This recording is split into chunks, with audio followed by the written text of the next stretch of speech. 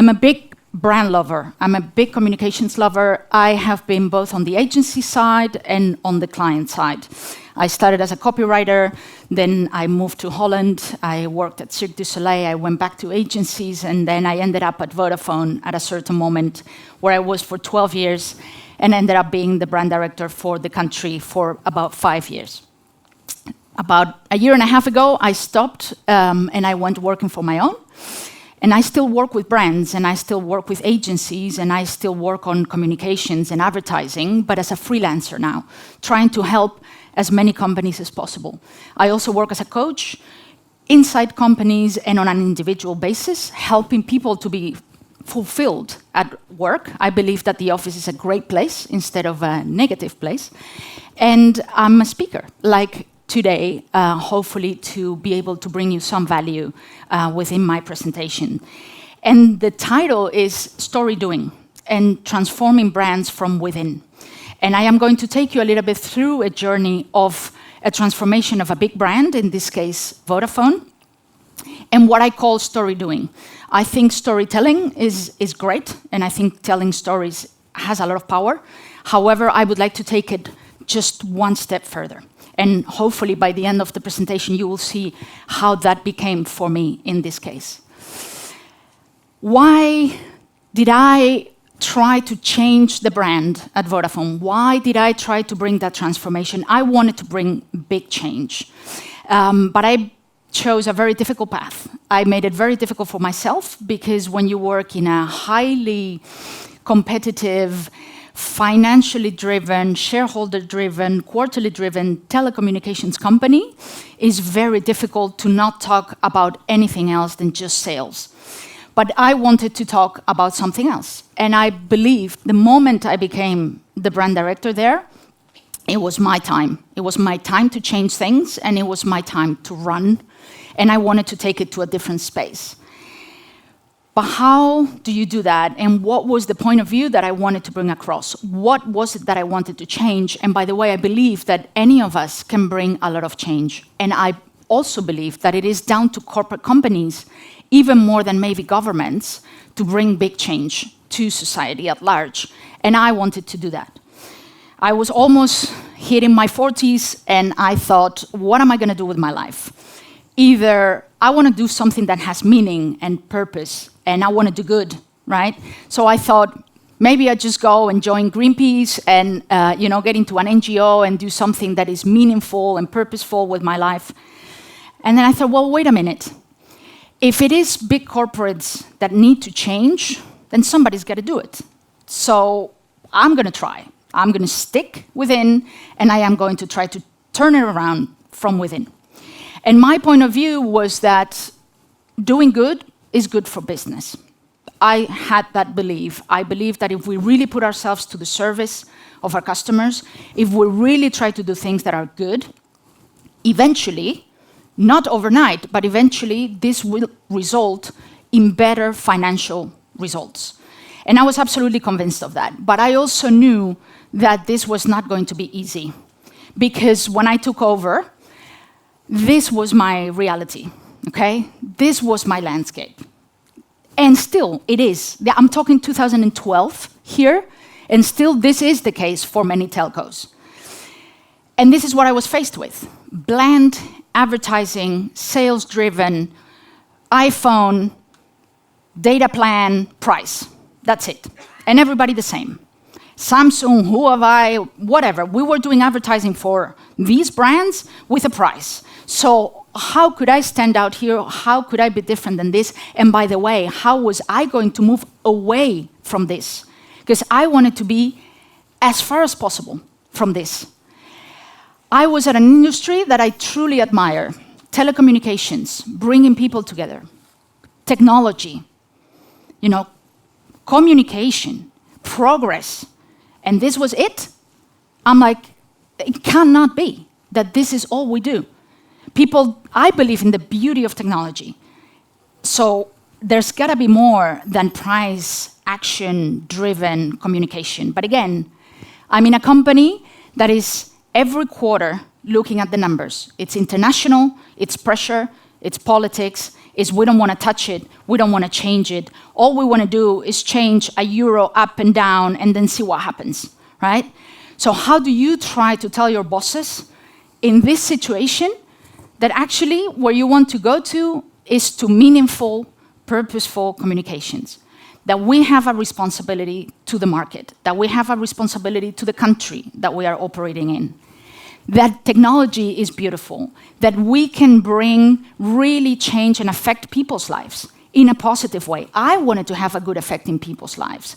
And I wasn't making, with all the respect to, sensation, I wasn't making plastic bottles or soda drinks. I was at a place where I could truly have an effect on someone's life. And not only business to consumer, but also business to business. I could help businesses succeed, be better, make more money. So, how do you go into that conversation? Because I knew very well for myself that if I was going to tell my boss, listen, I don't want to do this. I really do not want to do this. I think that we need to be purposeful. I think that we need to be meaningful. I think that we need to start changing the narrative. I think that we need to have a dialogue with our consumers.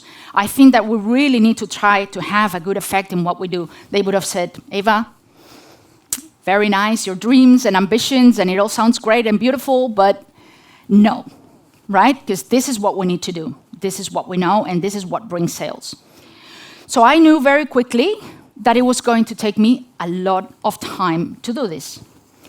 And that is what I called the 3 Ps. We talk about the 4 Ps in marketing, and I would like to turn it around a little bit and just talk about the 3 Ps, because for me there are things that are way more important than price and promotion and place and product and everything we know. For me, what it is about, the first P, is patience. This is how you transform things. This is how you bring change. And I knew that it was going to take me a hell of a lot of work and blood, sweat, and tears to change that. But I had an attitude of, for as long as it takes, I am going to stay here and I am going to do what I really want to do.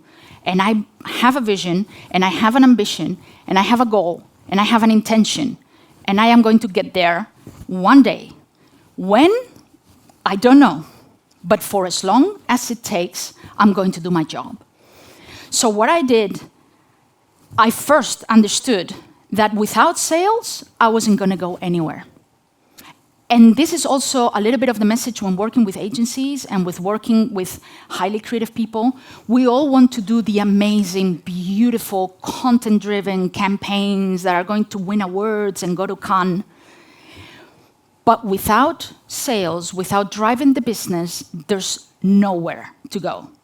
Okay, so I understood that as much as I am a brand director, as much as I love communications and advertising and brand, it was sales that was going to bring me the space and the room to create. So what I did is I embraced commerce. Really, I said, I need to love to sell, first and foremost. And when the numbers are coming in, then my bosses will be happy, then people will get off my back, and then I can do all the things. So I gathered my team and I said, you guys, this is where we're going, okay? The end line, the dot on the horizon, in a year from now, in 2 years from now, in 3 years from now, I don't know when, but this is where we are going. We are going to change this brand. But we need to embrace sales. And by the way, the people that are going to be doing the sales communications are probably the most important people in this team right now. Not the guys that are doing the nice sponsorships and the beautiful content-driven campaigns. No, the guys that are doing the sales. And we're all going to do everything, but here's where we need to start, because then we will get space. So what I did is I started looking on the basis of data to the performance of our advertising. And then I realized that we were doing a massive amount of outdoor advertising. We were doing outdoor pretty much every single week. The entire telco industry, it becomes wallpaper. It's just another poster after another, after another. Nobody knows anymore, right? But when you work in telco, like many industries, probably yours as well, and we advertise so much, if you don't see yourself out there on the streets, then everybody starts panicking. Why do I see my competition and I do not see myself? Where are we? So I knew that I couldn't say, because I proved with data, with my media agencies, that the effect of outdoor was 0 with regards to traffic to stores and with regards to conversion sales. But how do I go to my marketeers, to my people internally, and I say, from tomorrow onwards, no more outdoor advertising? They would have killed me, right? So I said, okay, we're going to start with a lot of patience. I'm going to remove 1 week and see what happens. What happens? Nothing happened. So you can imagine that it is hundreds of thousands of euros to be 1 week on outdoor advertising in the Netherlands, at least. So I took that money and I started putting it on online. And I started to play a very strategic, very targeted, very smart conversion game online. And the numbers were coming in. 6 months down the line, 8 months down the line, with a lot of patience, I took out another week of outdoor. Effect? 0. No effect on sales. Okay, great. People did not notice that much. Okay, so, and on we go, another 8 months, and I take another week, and another week. And by the end of my time, 2 years later, 3 years later, there was no more outdoor advertising of Vodafone on the streets with iPhones and data plans and prices. And I started to do the same with print. Newspapers, exact same thing. I took 1 week out, nothing happened. Why? Because I was compensating online, because at the end of the day, that's where people went. They went orientating online and buying online, so what was I doing anywhere else? So I took week by week by week with a lot of time. So imagine how much money I had in my hands to do other things. And my bosses were happy because I was bringing the numbers in. So they did not check every single thing that I was doing.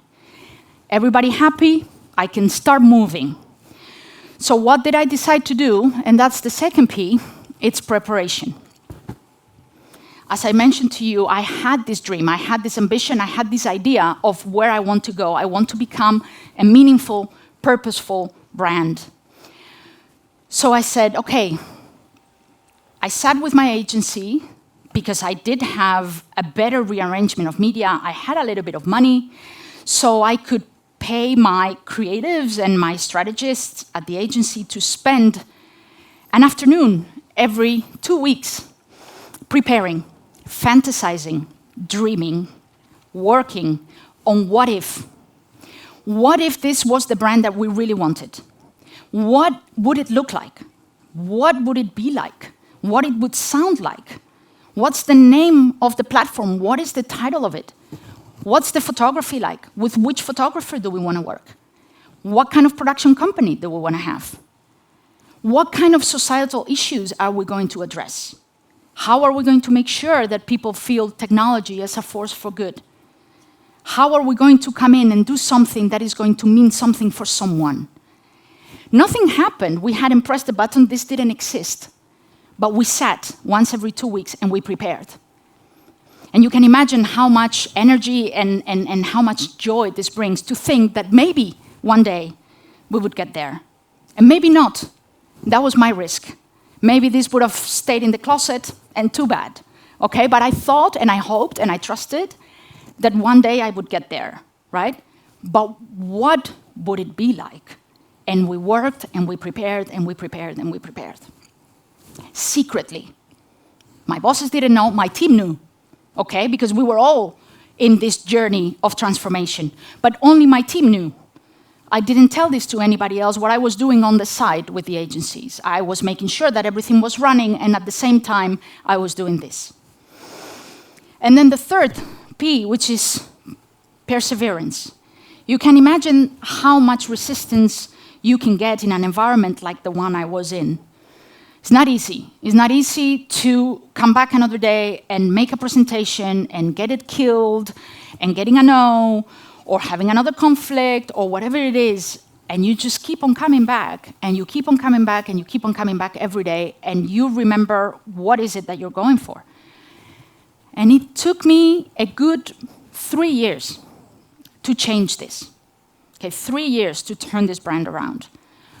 But if you have that patience, and you keep on preparing, and you persevere, one day an opportunity is going to come up.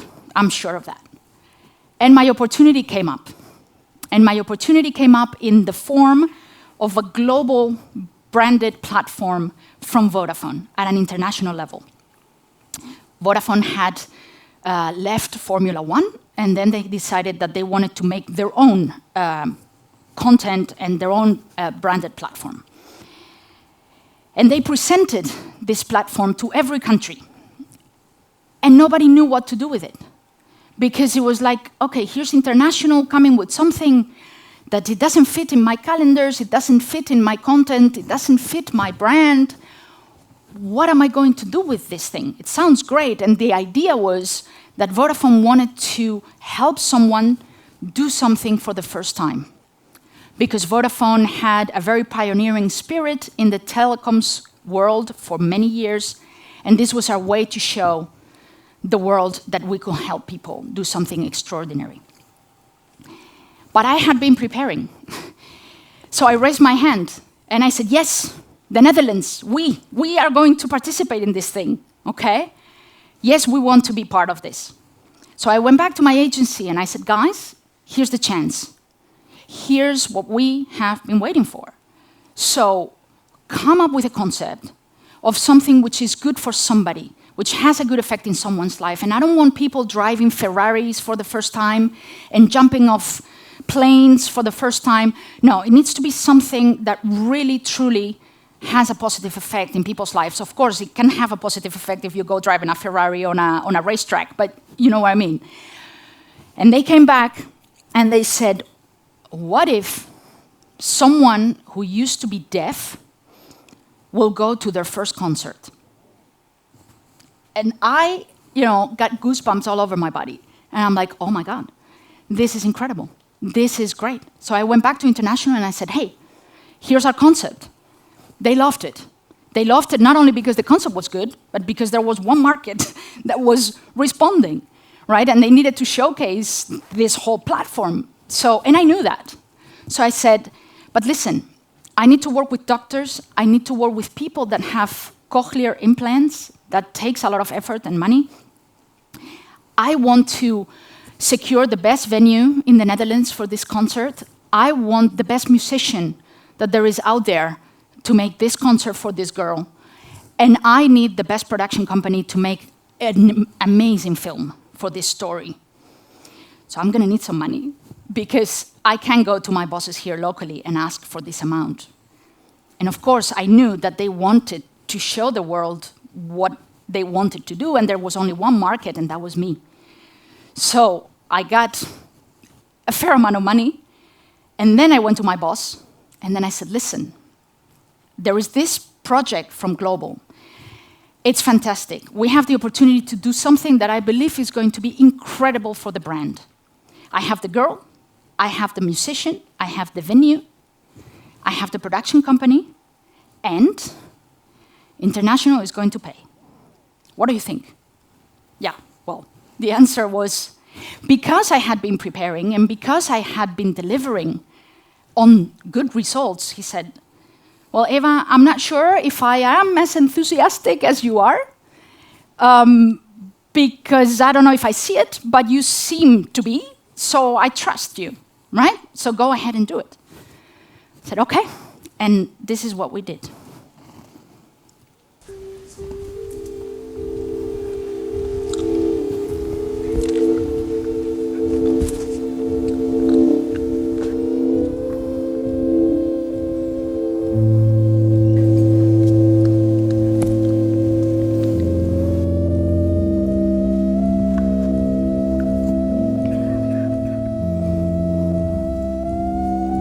Wij vinden dat een liedje van de Beatles zeker niet mag ontbreken. Have a Little Faith in Me van John Hyde. Magic van Coldplay.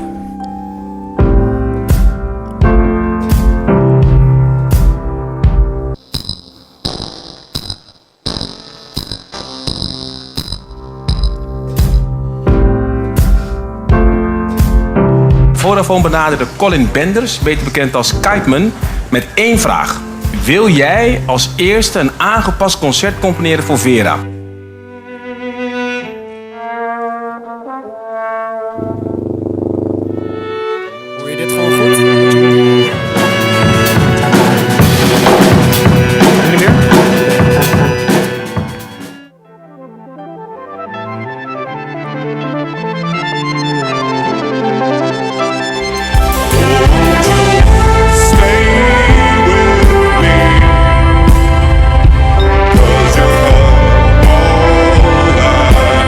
Was het wat je had verwacht? Ja, beter kon gewoon niet.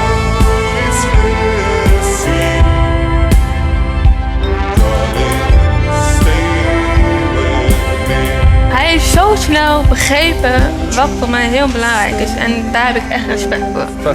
Oorverdovend applaus. Het is zo mooi wat daar gebeurde. Want Vera beleefde haar allereerste concert.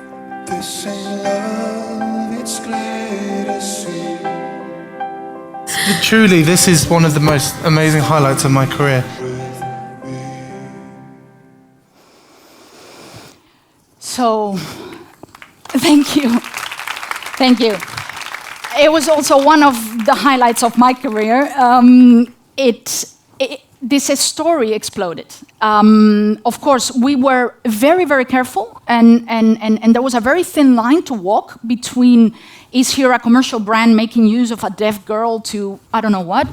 We were very, very careful with that, with the utmost respect for Vera. We always thought of her, is this good for her, is this not good for her, etc., etc.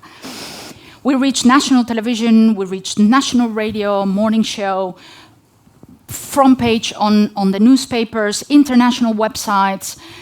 For the first time, positive sentiment on social media. You can imagine telecommunications, you're not the favorite type of brand for people, right? So for the first time, people were saying, hey, I like this. We reached PR factor 6. It was just incredible. Millions and millions of people. More importantly, internally, people at Vodafone were so proud that we were the kind of company that was doing this kind of thing instead of having iPhones and data plans on the bus stops. But also, international was raving about it. They were so happy with us.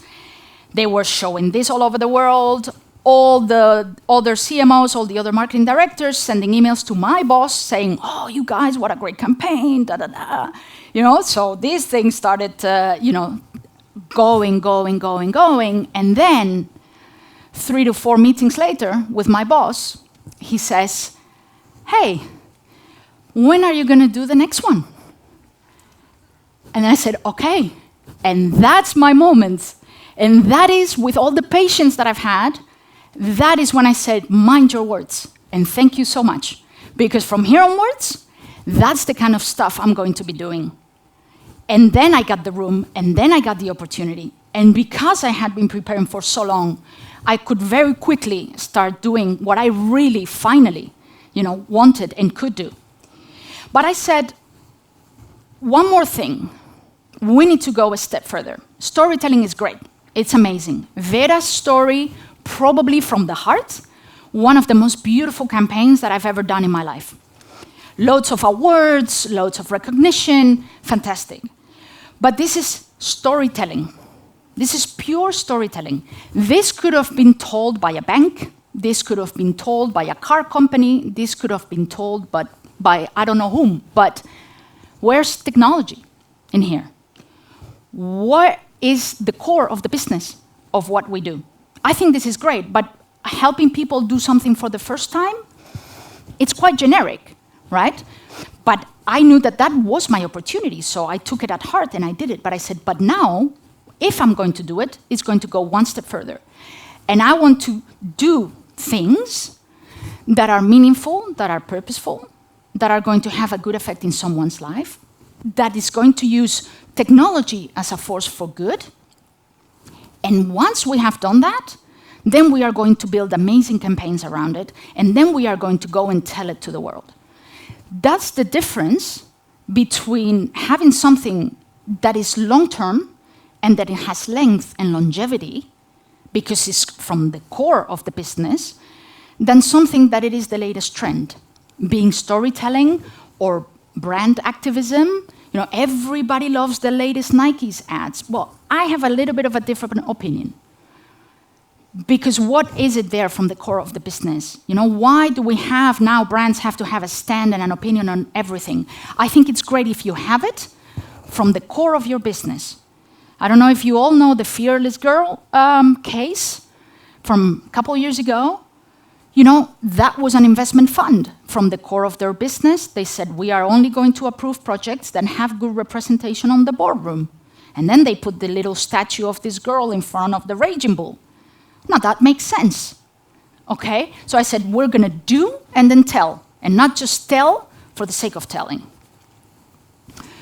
So I said, we are going to start from here onwards, moving away from, except for online, we are going to continue to do the sales. I cannot forget that that's the core for me, that needs to be maintained. But what the nation is going to see, what the 60 million people in the Netherlands are going to see, is not anymore that kind of stuff. They're going to see something different from us. And this is where the effort, the money, and the campaigning is going to go. So I said, how can technology, because this is what we had been discussing with my agency for such a long time, what kind of societal issues, what kind of things are we going to talk about? How can technology come in and do something good? So we started looking at all sorts of issues, where actually sometimes technology is even the problem. And we said, can we be the solution instead of being the problem? So we looked, for example, at teachers and students, that's the girl on the top, and how people are using smartphones in the classroom and they don't pay attention and they don't respect their teachers anymore because they're too old-fashioned and they're not up to date and you can Google everything. So how can we come in and do something? So I said, okay. So we came up with this idea of building an app that we made available, by the way, with all the campaigns to everyone. So we made the app available to all teachers in the country. We worked with Google, we worked with the Ministry of Education, and we made an app that a teacher could help a student to pass their exams. How? By preparing questions for them. And the only way that the student can unlock their smartphone every time they want to talk to somebody, they need to answer a question that's made by their teacher. And only then you can use your phone. Okay? And we tell the beautiful story of a guy that actually, it was his last chance to pass the test, and he did. We looked at school dropouts. It is a serious problem when somebody cannot go to school. But thanks to technology, we can make sure that somebody from a distance is being part of the class.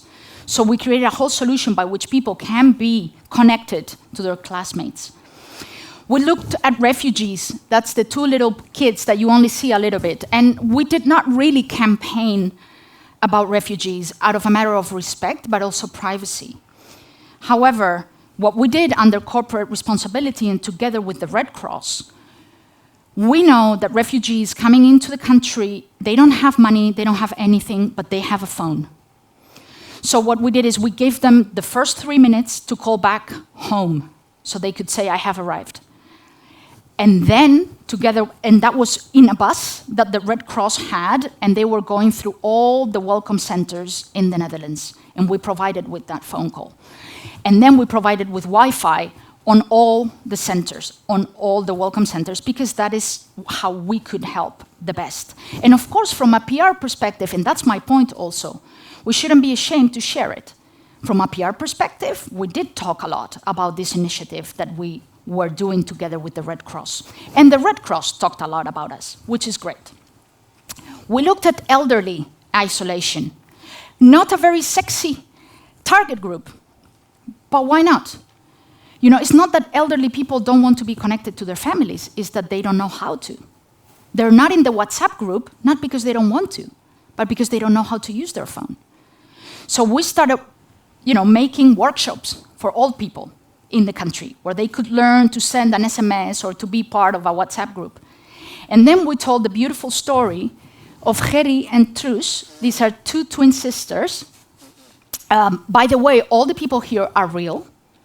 That was also one of my premises. I said, I'm not going to work with actors. I'm not going to work with people that do not exist. These are the real people in our campaigns. And if we don't find them, then there is no campaign. If they don't want to be in it, then there is no concept. But these are all the real people. So these two twin sisters, one lives in Australia, the other one lives in the Netherlands. They had not seen each other in 26 years.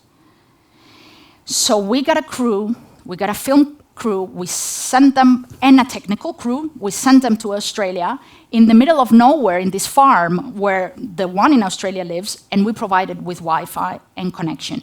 And what we did was to create video calling via their television. It's just a regular FaceTime, it's just a regular Skype calling, but we connected them through the TV because that's easier for them. And then we made a remote control with the initial of the sister on the other side, and then if you press that button, then you can talk to each other. So now, these two women are talking to each other, seeing each other every day since we went there. Look, if all I did was to touch Vera's life and the life of these two women, then I'm already happy, right? But there were many more people that we managed to touch, which was the intention. Not only that, but the one from Australia, we started working with RTL, a TV channel, and we managed, for the Christmas edition of All You Need Is Love, I don't know if you have this program here, we brought her to the Netherlands and they reunited live as well as part of the campaign. We looked at smartphones in traffic. I live in the Netherlands, everybody bikes. Everybody bikes and everybody bikes with their smartphone. And everybody's looking at the navigation system on your smartphone. Nobody's signaling. There's a lot of accidents. Smartphones on bikes is a serious problem. So again, we always worked for every story with the specific association or group of people that it was relevant for. So with the traffic organization in the Netherlands, we created a whole campaign and a concept which we called the Smart Jacket. And the point is, if technology is the problem, can technology be the solution? So what we made was a jacket that you would put your coordinates where you were going, your GPS, put it in your sleeve, close it, so you wouldn't use it in traffic anymore, and then on your sleeves, and you would hear, it would tell you where to go, and it would signal the other people as well where you were going. And then we went on to work with the Technical University of Delft to see if we could make this prototype into a real production thing. We looked at homeless. Again, not the sexiest target group, but we have a serious problem, even in a country like the Netherlands, which seem to forget that we do have this problem.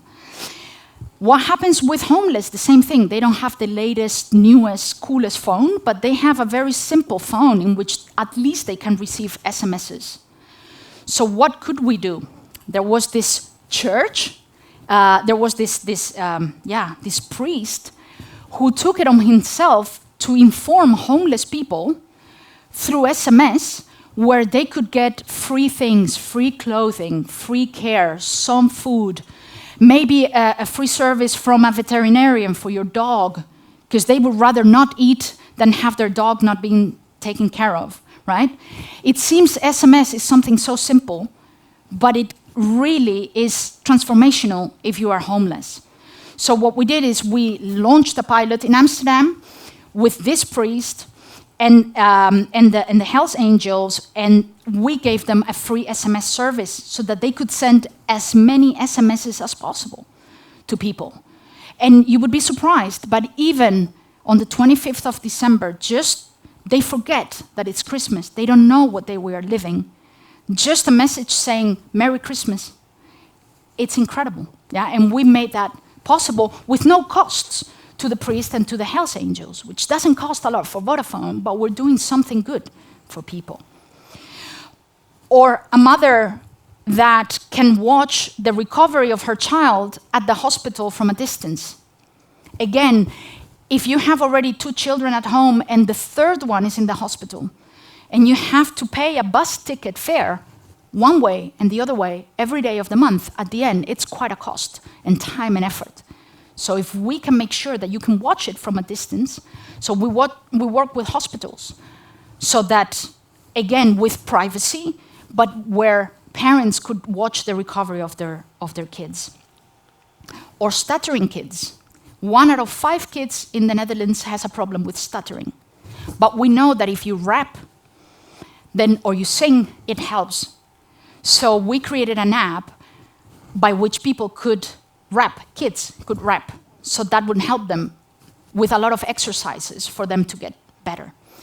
And we were the sponsors of The Voice of Holland, so with some of the judges in the show, and one of them suffers from stuttering, Miss Montreal, we made her part of the campaign together with this kid. And on and on and on and on. Every 3 to 4 months, we would pick another issue, and there were many more than what I'm showing here, and we would do something and then build a campaign and tell the world. And I just want to share with you a few of these examples. Vodafone wants to connect everybody to live a better today and build a better tomorrow. So we created Powerful Connections, a long-term brand engagement program that proves the positive impact of technology on society. In the dark days of December, we use technology to connect elderly with their families. We reunited twin sisters through St. Gerry at the push of a button. Je bent wel een beetje dikker geworden, is gezegd, hè? Dik? And in real life. Their story helped us to set the agenda. Ouderen hebben vaak wel een smartphone, maar geen idee wat je daar allemaal mee kunt. We supplied starter kits and organized smartphone workshops for elderly people throughout the country. In the spring of 2016, we created the Smart Jacket to spark the societal conversation on the use of smartphones in traffic. The Smart Jacket is an interactive jacket that uses your smartphone to communicate to other road users where you're going. Right after summer, we launched Back to School. Telefoons zijn tegenwoordig nergens meer weg te denken, maar geldt dat ook voor het klaslokaal? An initiative that wants to reconnect teachers and students with the use of mobile technology. Together with teachers, we help students pass their exams with an app that turns their smartphone into a learning tool. And together with Google and the Ministry of Education, we encourage teachers to embrace digital tools in the classroom. In the cold winter of 2016, we showed how a mobile phone is a vital tool for anyone that becomes homeless. Na een geslaagde proef in Amsterdam komt er ook een WhatsApp- en sms-dienst voor daklozen in Utrecht, Brabant en Limburg. Street Messenger is a Vodafone initiative that informs homeless people where to find help and care. Finally, we created Get the Flow, an app for stuttering kids that uses popular rap to train speech skills. Mitch was the hero of the campaign. Is that Mitch? And together with his idols Miss Montreal and Ali B, he created a tongue-twister rap song, challenging all Dutch kids to speak more and stutter less. Overall, we showed that with a commitment to positive impact, we can truly connect everybody to live a better today and build a better tomorrow.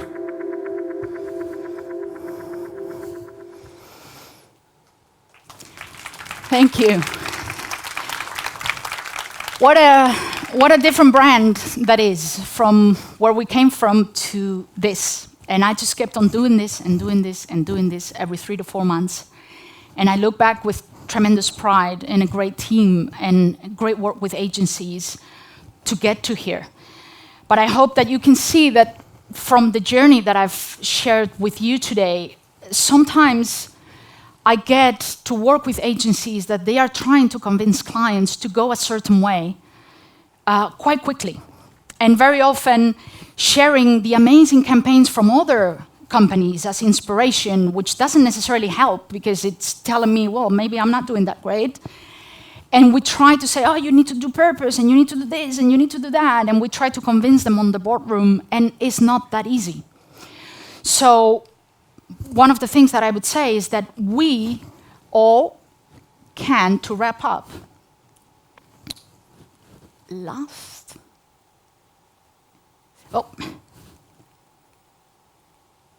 here.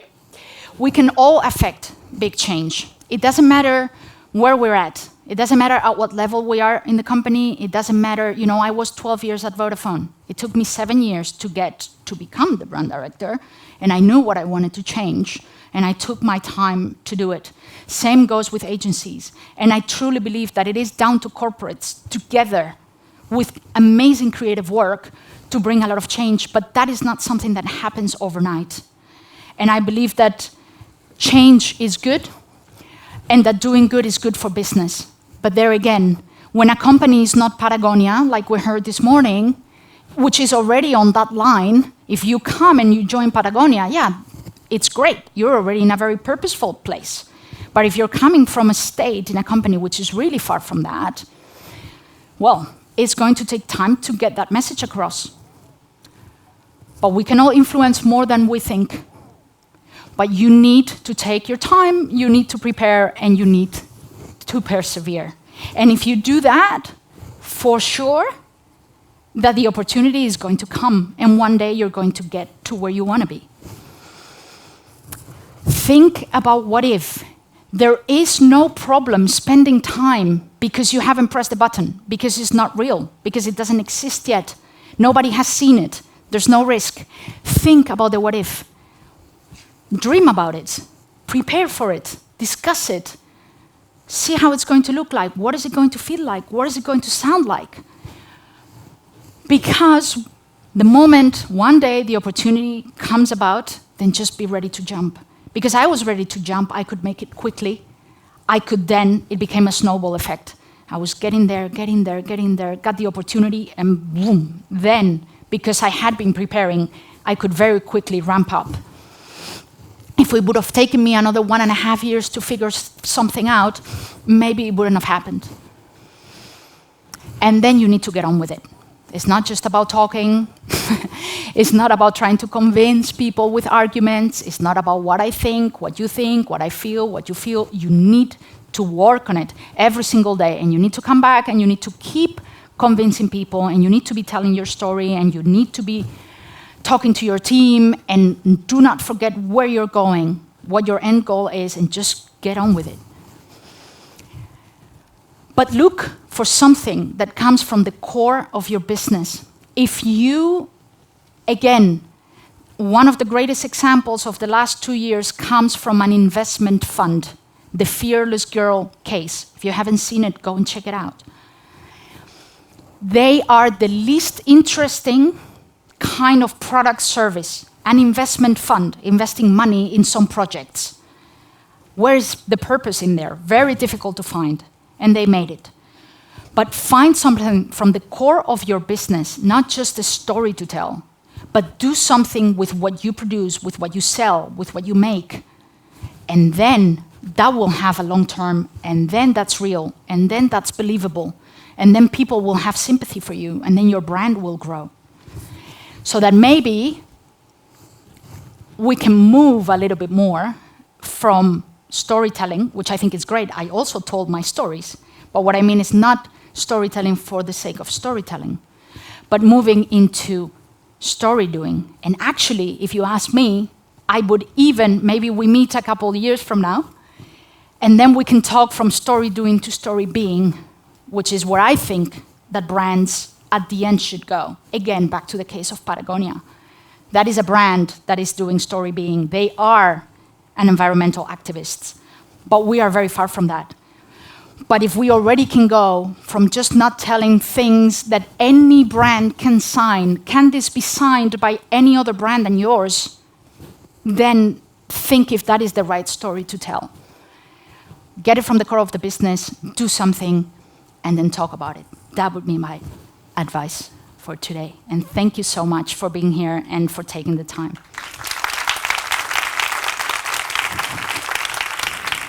I don't know if we're too late or I don't know.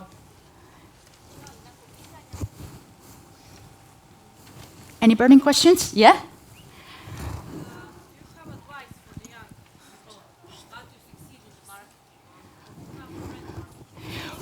If I have advice for the young people, how to get there. What I would say is, you know, I didn't start here.